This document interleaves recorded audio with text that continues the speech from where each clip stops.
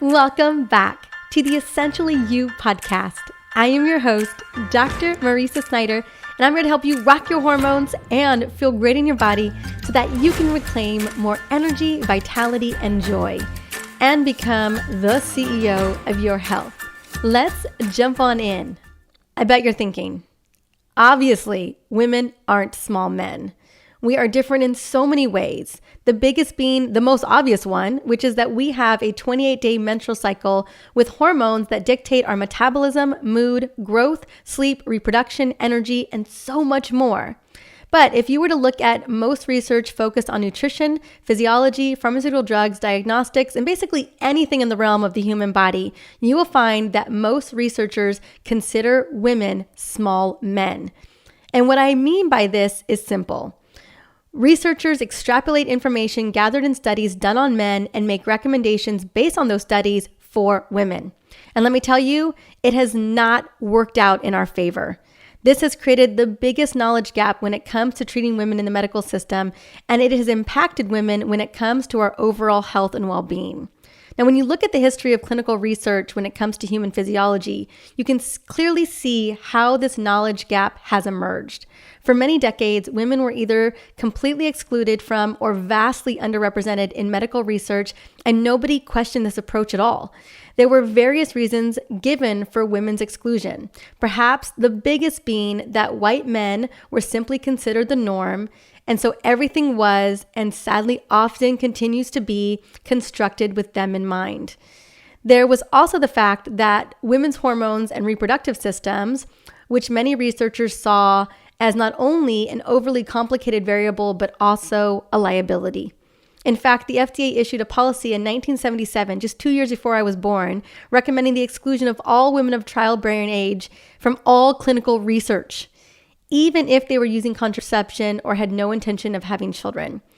Even aside from this policy, researchers generally wanted to steer clear of women because of their complex hormonal fluctuations, just added to unwanted complications in these studies. A lot of big foundational clinical studies were done in the 1980s on thousands of men and no women, with no justification beyond the assumption that there weren't many differences between the sexes beyond reproductive organs, and that it was just fine to extrapolate male results to the female population. There's the sense that women's hormones made them more heterogeneous group of subjects, and that it would be just much easier to have an all-male study population. In other words, for decades and decades, the researchers were practicing lazy medicine. The exclusion of women from clinical research began to get public attention in the 1990s. And there were congressional hearings to try to get to the bottom of why these taxpayer-funded studies from the NIH excluded half, a little bit over half the population. And there was a public outcry of these revelations, and policy changes ensued to include more women going forward. However, since there's an estimated lag time of 17 or so years between research being conducted and how it makes its way into medical practice and bedside, many of the effects of these changes have not yet been felt in 2022. The takeaway from this is that there is a lot to be done when it comes to understanding women's bodies, and that a lot of the research that is dictating our nutrition, diets, physiology, exercise, everything across the board when it comes to optimizing the human body, longevity, anti-aging, all of it has mostly been done on men. We haven't really looked, or not enough of, how women respond to all the types of clinical research that's being done, specifically on nutrition and human physiology and medicine, all of that. So we have our work cut out for us for sure, and we are making slow progress in this direction. And I think that's why I really want to be having this conversation today, because there is some things that we know now about our physiology and how we can eat and how we can train to boost our metabolic function, to increase our longevity, and to have a body that feels really good for us. And guess what? It's all tied to the way that our menstrual cycle works. So how are we different, and why does it matter? That's what I want to focus on today, and how you can optimize your metabolism, energy, and mood based on what makes women women, what makes you you, because we have different hormones and different chemistry.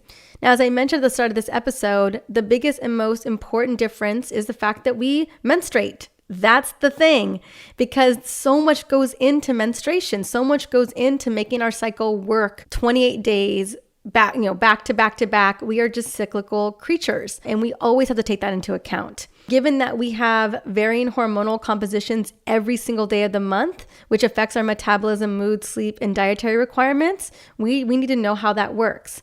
And what a freaking superpower it is when we can leverage our cycle to our advantage. Our menstrual cycle has always been our superpower, even outside of the fact that women can literally make babies, right? So it's a superpower in its own right, but let's just speak into the fact that we make babies. I am in such awe of women for bringing life into this world. Our strength and resilience is something to be honored every day of the year, not just during the month of March, which is Women's History Month, right? We're in it right now. And oh my goodness, as a woman who has had a baby, what an amazing feat that was. I am still blown away by the miracle of creating a tiny little human being and the amount of resources that the body requires to do that is just mind-blowing. And for that reason alone, you would think that we'd want to study that more than anything. How does a woman's body create that level of resources and resiliency to make another human being? I don't know how we weren't the standard, because that is some pretty incredible feats that we create as women. Also, our cycle is a rite of passage to fully express being a woman. Let's be honest, men can't have a period and bring life into this world. So it's time to be in awe of our bodies. Your body and your hormones aren't something to fight against or be mad at. Instead, begin to listen to your body and work with the different phases of your cycle so that you can thrive in your career, with your partner, your kids. You can save your sanity no matter what time of the month it is. How does that sound? I don't know about you, but that sounds really, really great. When I finally fully understood how my cycle worked throughout the month, I could finally tap into how I was feeling at a deeper level. Before that, I simply wasn't having much success. In my 20s, I had bought into the myth, eat less calories and work out more. I mean, I think all of us bought into the myth of eat less calories and work out more, because guess what? It worked for men. It doesn't work for us. And I remember so many times when I fell off and I was so tired, and yet I just pushed through. I persevered. I grinded harder. I did the harder weight trainings. I did the HIIT workouts, literally not understanding that I was doing my body such a disservice. And I'm going to talk a little bit about what phases is great for those hard workouts and what phases just put the weights aside. Had I known that there were times in my cycle for the hard workouts and other times for yoga and walking, although I think walking is great all the time. I think yoga is great all the time as well. I know I could have saved myself a lot of grief, and I would have experienced far better results. I wouldn't have burned out. I wouldn't have had chronic fatigue. It was that constant male pushing, masculine pushing that I was doing, fighting against my body, that led to major hormone chaos. I have no problem admitting that. I was always told to just push forward, and the research said so too, except that the research was wrong. It was entirely wrong. I also wouldn't have been so hard on myself when I felt like a failure, not knowing that the recommendations I were following were based on 20-year-old men. They simply didn't work for my 28-year-old, Latina female frame. It just was never going to happen. So when we understand our cycles and how our body changes according to the different phases, which I'm going to drop into today, we can rock our body and get the most out of how our body performs for us. We can work with our body outside of working against our body. And I can't think of a better way to help you tap into the physical and emotional potential than by giving you a simple guide to your menstrual cycle phases and what is going on in each phase. This is why I think it's important to track your cycle if you're still cycling, even in perimenopause, as your body and hormones are changing at that phase significantly. So don't think you can skip tracking your cycle if you're in your 40s. As long as you're cycling, it's important to know what's going on with your critical fifth vital sign. So without further ado, let's dive into owning our menstrual cycle so that we can optimize our body based on the changes that occur throughout our 4 phases and honor that we are cyclical beings. first what I want to do is I want to lay the groundwork for your cycle by breaking it down. And you probably know this, but I think it's always good to have a little refresher, just kind of explain what is going down. There are 4 phases of your menstrual cycle: menstruation, which is day 1 of your cycle, the follicular phase, ovulation, and the luteal phase. Each phase can feel wildly different, and that's because they are. And each phase impacts our body and our ability to maximize metabolic function, mood, energy, and brain function. So let's talk about how your period works. So as I mentioned, about every 28 days, and this is kind of like the standard, what we consider a menstrual cycle, 28 days, your body undergoes a process of growing a uterine lining called an endometrium. Your endometrium thickens each month in preparation for a fertilized egg. If that egg gets fertilized, bam, you are having a baby. If that egg isn't fertilized, the uterine lining sheds and results in the familiar time of the month, your period, that first day of your cycle. Now, the onset of bleeding marks day 1 of your cycle, and we generally count from there, keeping it super, super simple. The first day you bleed is the first day of your cycle. It's as simple as that. Now, midway through your cycle, around day 14, 15, is when you're ovulating. And then the last day of your cycle, right before you start to bleed, is usually day 28. Now, it's normal for cycles to vary in length from day 25 days to 30 days. And this is why I highly recommend tracking your period with an app. I really like Flow, Kindara, Clue. There's a lot of great period tracking apps on your phone that you can use. That way, you are not surprised by your period again, and you really know what's going on with your body. Now, I thought for years it was okay to be surprised by my period because I just didn't understand that understanding my menstrual cycle was so critical to my overall health. But now that I know this, right, I know that there's so much power in knowing each phase of your cycle and then what you can expect physically, emotionally, metabolically from each and every week. Now, many women have shared with me that they are a little ashamed of certain parts of their cycles, namely their premenstrual part of the cycle, right? The end of the luteal phase or the PMS phase. Again, the end of the luteal phase. And I can completely relate. I always felt like a bit of a failure during that week leading up to my period. I always felt like I had to work extra hard and push through so much discomfort to get the results I wanted. And let me tell you, I didn't typically get the results I wanted. It never dawned on me that that was a week when I needed to give my body extra rest, exactly what my body was needing from me. It also didn't dawn on me that I would have gotten better results if I had listened to what my body was requesting of me instead of pushing her so hard. And it never dawned on me, like I know it didn't dawn on so many other people, that our bodies' needs change with each and every phase, and that if we can honor our body's changes and honor our body's cues, that it is just the overall best world to be had, that we are stepping into our body's truth, that we're stepping into our body's full capacity, and that we're really honoring our body as a temple, which, you know, we just need more of that. So here's how to navigate the 4 phases of your menstrual cycle. As we journey through each phase of your cycle, it's important to keep in mind that every woman's cycle is different. Your cycle, it's different than potentially your sister's or your mama's or your cousin or your best friend's, right? So just note that there's going to be some level of generality here, but I definitely want to give you kind of the meat and potatoes of what goes down in every single phase. And just note that plenty of perfectly healthy women have periods of different lengths and experience different energy levels and symptoms throughout. Your mood and symptoms may even fluctuate month to month and throughout your life, depending on how you are taking care of your body. If your cycle doesn't match perfectly with the phases I outlined below, do not worry. Just keep tracking your cycle. And if you're concerned that your hormones may be off, thank goodness this podcast showcases a lot of episodes devoted to fixing your period, your menstrual cycle, and your hormones. That's what this podcast is all about. So you are in the right place. All right. Without any more to be said, let's break down phase 1, which is menstruation, typically day 1 through 7 or up to day 8, right? So day 1 of your cycle marks the first day you start bleeding and usually lasts anywhere between 3 to 8 days. Hormone-wise, your progesterone levels just took a nosedive and it's at its lowest point. Also following in suit is estrogen and testosterone. Basically all hormones take a nosedive here. And this is also the one time where physiologically we are more like men because our hormones are so low. So this is one of the best times to up your intensity. And here's why. During the first 7 to 8 days of your cycle, you're at a low hormone phase. And because of that, you are better at tapping into your glycolytic energy stores.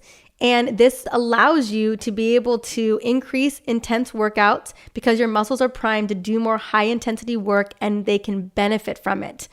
Other key things that are happening right now is your pain tolerance is a little bit higher and you are more fatigue resistant, meaning a hard workout won't hit you as hard as other times of the month. So you can go harder if it feels like it's aligned for you.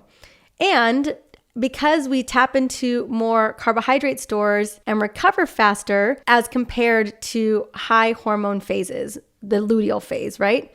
So here's some things that you can think about in order to thrive during phase 1. Again, if you are into heavy workouts or you're into lifting heavy, this is a great time to do it. Strength training is going to be the most beneficial for you because your body's primed for it.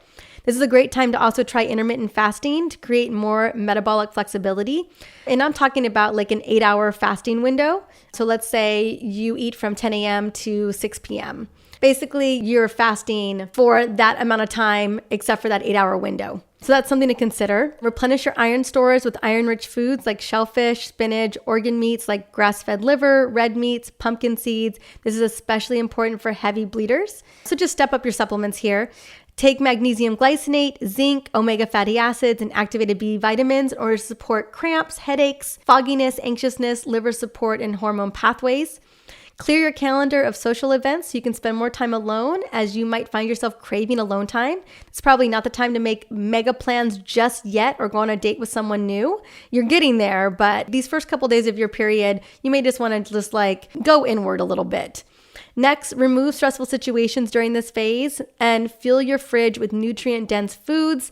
Take hot baths with Epsom salts and go to bed an hour earlier than normal just to make sure that you're getting that rejuvenation and rest because your body is working hard right now as you are shedding the uterine lining. And then the other things I recommend is, if you are partnered up, don't be shy about asking for help, or at least some compassion during this time. I know my husband, my partner, is the best at this. He is so attuned with my cycle and gives me a lot of grace during my period.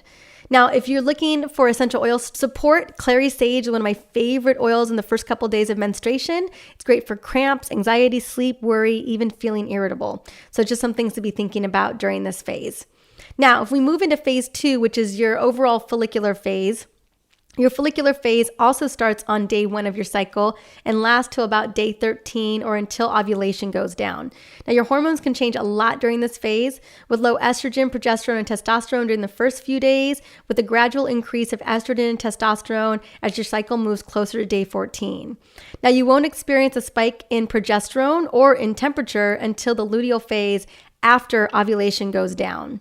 Now, it's important to know that you must ovulate in order to release progesterone and into the luteal phase. And this happens with the corpus luteum. It's kind of like a temporary endocrine organ that releases all that progesterone that goes into the luteal phase. And always note that ovulation is the main event. It is where the magic happens, right? And we're going to get into that in just a second. So during this time, your body begins to prepare for the potential of pregnancy by pumping out a hormone called follicular stimulating hormone, also known as FSH. FSH stimulates the egg in the ovaries to grow, and the rising estrogen thickens the endometrium. As estrogen and testosterone rise during this phase, you'll also start to feel more like yourself with increased energy, brain function, mood. I mean, you are getting into your highest energetic place right now. You start to feel more confident, powerful, and are willing to take more risks. So this is how you thrive during phase 2. As your sex hormones start to increase, you really begin to get your energy and your drive back. Protein synthesis is greater in this phase due to a rise of estrogen and testosterone, which are anabolic hormones. So you're primed to building lean muscle and building strength. This also helps to boost metabolic function. This is where you can really capitalize on your hormones, building towards better metabolic flexibility. This is also a great time for heavy lifting. It feels aligned for you. And if you've been thinking about integrating keto, this is a great time too, because your body is primed for it, given the state of where your hormones are at. So keto it up if you've been thinking about it, because this is the time to really optimize ketosis and fat burning.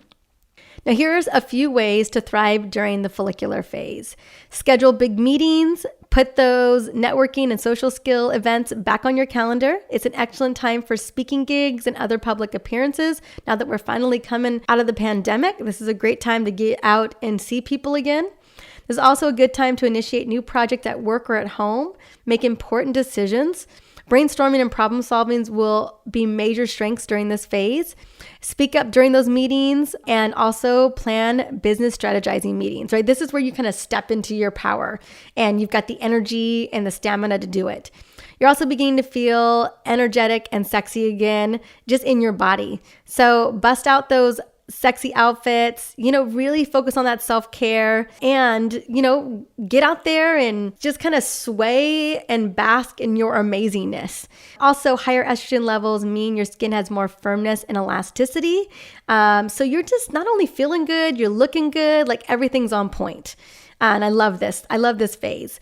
Now, since this is the time of the month to really be pushing it, because you have the energy, the stamina to go and get it. I love oils like wild orange and peppermint to be great extra energizer bunnies for this phase, especially before a workout. So I love peppermint oil for that little extra energy boost, and might as well just optimize the energy that you've got by using these oils. Next phase 3, is ovulation, also known as the main event. Typically, like if you were to go on a chart, it's day 14, but we ovulate all different days. You could be ovulating on day 12, day 13, day 16. It's important to know when this is because it's such a short yet very crucial part of your cycle, one that many of us don't even notice. Unless you're trying to get pregnant, you don't notice this at all. But it's important to note. So around day 14 or so, your pituitary gland excretes a hormone called luteinizing hormone, LH, that causes ovaries to release that mature egg cell. It then travels through the fallopian tubes where it stays for about 24 hours waiting for fertilization. While, I've had some patients experience dips in energy during ovulation, most women feel their most powerful, energetic, and sexiest during this time. The ovulatory phase is your body's opportunity at baby making, after all, and so you are likely to feel fit, confident, communicative, sensual. All of those things are happening. It's biologically what's meant to go down. Now, physiologically, your core body temperature rises and it will stay elevated for the remainder of your cycle all the way up until your next period. This is due to the surge of progesterone that is about to take place once you ovulate. Now, your overall strength will peak at this time. So just note that this is where you really want to squeeze the most out of your strength and your energy before you head into that luteal phase, which is known as your high hormone phase. So this is how to thrive in phase 3, ovulation phase. So powerful sex hormones are peaking. Get ready to take advantage of all that energy. And note, this is a great time to socialize, attend networking events, plan date nights with your high energy at just surging and thriving. Again, those hardcore workouts can really, really benefit you. And often your confidence is through the roof at this time. So it's a great time to try something new, risky, to be brave. This is what I love about this particular phase. And oils for this, I always recommend oils like sandalwood, jasmine, cinnamon, and rose because they cultivate confidence, self-love, energy, and just really getting into loving yourself, right? Feeling yourself. That's what ovulation is all about. Then we step into phase 4, which is the full luteal phase. Technically, it's the full second part of the cycle. It usually is day 15 to day 28. Now, this phase runs approximately 12 to 16 days and is broken up into 2 halves, or you can just call it 2 weeks. Ideally, the luteal phase should be closest to 14 days or so for it to be considered an optimal fertile cycle. This gives progesterone a chance to shine. Now, a shorter luteal phase may not provide the uterus enough progesterone for an ideal fertility and ideal fetal development. This is, of course, isn't the case for everyone, but evidence suggests that 14 days or so of a luteal phase is ideal for most women. So after ovulation, progesterone increases to prepare your body for pregnancy, but it starts a steady decline along with estrogen and testosterone, follicular stimulating hormone, and luteinizing hormone until day 1 of your cycle. So note that progesterone peaks at day 21, and then all hormones begin to drop as we head into day 28. Now, during this phase, a woman's physiology is marked very different than a man's. Progesterone increases her body temperature by 0.5 degrees. Sodium excretion and muscle tissue breaks down. This combination of elevated estrogen and progesterone decreases the amount of water in our blood, increasing the body's resilience when it comes to fat for fuel, while stimulating greater fat storage and increasing central nervous system fatigue. So basically, we run out of steam quicker, and that has always been true for me. I've noticed that when I head into definitely the second part of my luteal phase, like I don't have it, right? I don't have the steam, and it makes sense because physiologically and metabolically, we just don't. It's how it's meant to be. So during the late part of the luteal phase, basically 5 to 7 days before menstruation, this is a good time to focus on walking, yoga, lighter weights with more reps if you continue to weight train, and stay on top of protein intake throughout the week along with healthy carbs. This is not the time to be doing hardcore keto or intermittent fasting. The body needs a break to replenish. On the plus side, your metabolism and your metabolic functioning has increased 5 to 10%, resulting in burning more calories. For the first half of your luteal phase, you are usually feeling pretty good. Estrogen hasn't completely tanked yet, and progesterone remains steadily increasing. But during that second week of the luteal phase, estrogen will slightly rise again in preparation for pregnancy. If there's no pregnancy, estrogen and progesterone will drop and cause that uterine lining to shed. Also, this is the time when we start to have those premenstrual symptoms, PMS symptoms, and we just feel a little bit low energy. So what I want to share is what we can do to thrive during the follicular phase. As I mentioned, energy is dipping, right? Especially as we move past day 21. So it's time to replace these heavier workouts with some yoga flows, light cardio, walking, hiking, things that just really feel good and nourishing to the body. Same goes for your social life. It's time to replace those big events and date nights with cozy plans at home or connection with women, right? So most women report feeling fatigued during this time of the month. It's also a great time to flex those creative muscles. It's when we're the most creative. Journaling, drawing, or just doing things that just really inspire that creativity, listening to great podcasts, listening to great books, just drawing into kind of going inward as well. Now, it's common to experience cravings during this time of the month, especially for carbohydrate-rich foods. So feel free to indulge, but I recommend just focusing on those really healthy, yummy carbs, things like sweet potatoes, butternut squash, lots of yummy veggies, roasted veggies. This is going to also really show up for you in terms of like you feeling nourished and feeling like those warming foods. And again, carbs can just feel so wonderful to the body. But you're not overdoing it on, insulin resistant driven foods. So one of the things about this particular part of the phase as well is we become more insulin resistant during this phase. And it's because of the hormones dropping and shifting. So again, I want you to focus on those healthy carbs that are going to help stabilize blood sugar, opposed to causing a major blood sugar roller coaster that can just make those PMS symptoms all the more challenging and difficult to have to manage. When it comes to managing those cravings, I love peppermint and grapefruit to help you kind of manage, succumbing to cravings like that.